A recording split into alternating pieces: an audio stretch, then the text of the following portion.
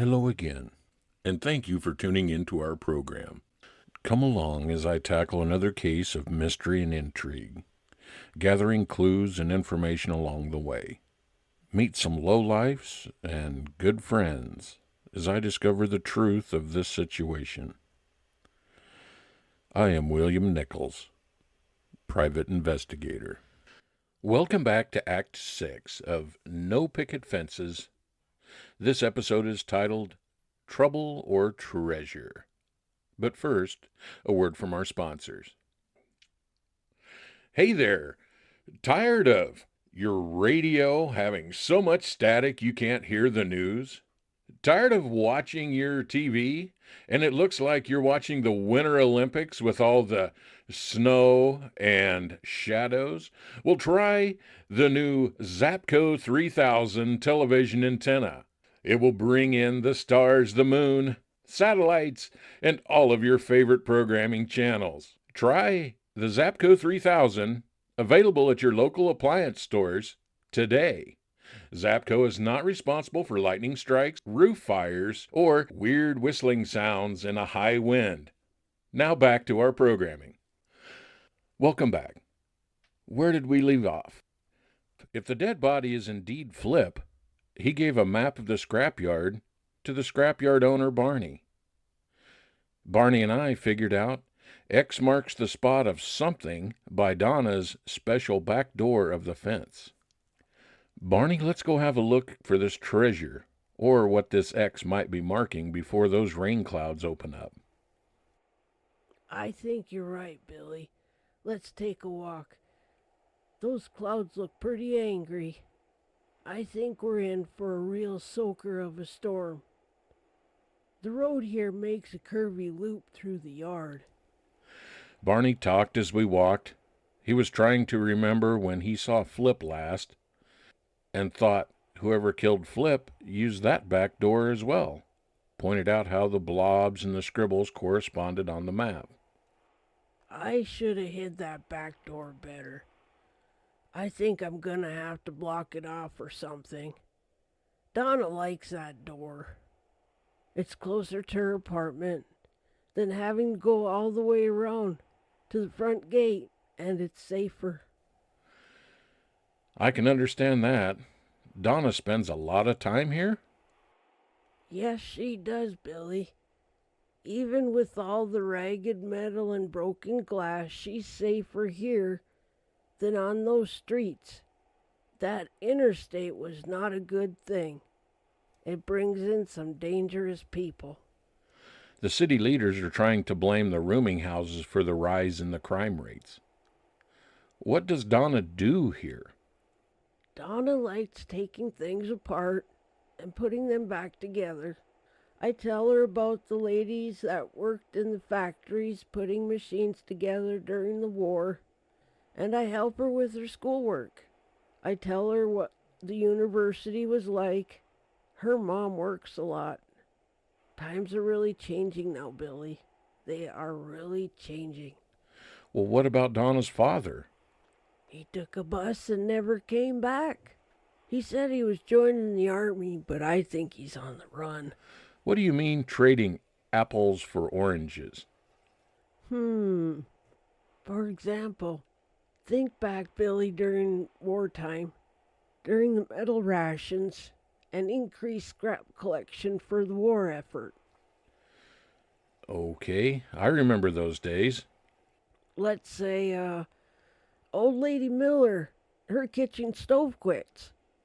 But she's watching the kids for the ladies that are building the gas tanks for the airplanes. I acquire a broken oven and I fix it for old lady Miller and not scrap it for the war effort. That's the kind of stuff our family did. But they needed the metal. Wait a minute. I understand. Who will build the gas tanks if the workers are worried about their children? Now, was I stealing or was I helping with the war effort? Barney and I were getting close to where the X was on the map. I could see Detective Eddie with the other police detective and the coroner a short distance away. They were talking, but were too far away, and the wind was picking up to understand what they were saying. Eddie looked over in our direction, gave me a head nod, and went back to his notes. Barney, let's keep our voices down. Eddie and his group are over there. Okay, this is the location of the X. It sure is, but I don't see anything. Is it buried?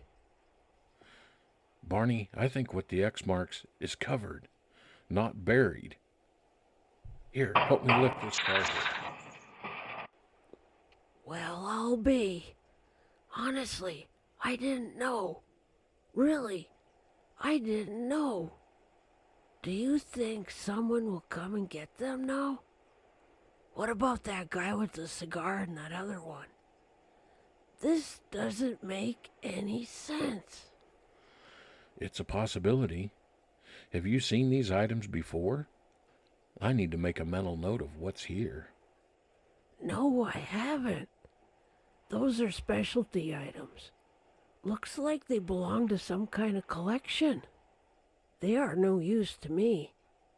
I sure in the blazes don't want to get caught with those either. They are indeed a part of a collection. Let's put this hood down and walk over to Donna's door. I don't know why they didn't take them when they killed Flip. Safekeeping until the buyer shows up? You couldn't sell those at a legitimate auction. They didn't want to get caught with them. If that kid in lockup had squealed, so they could blame it on you and your brother instead. If I got caught with those, I would get locked up, and my brother would end up in the nut house.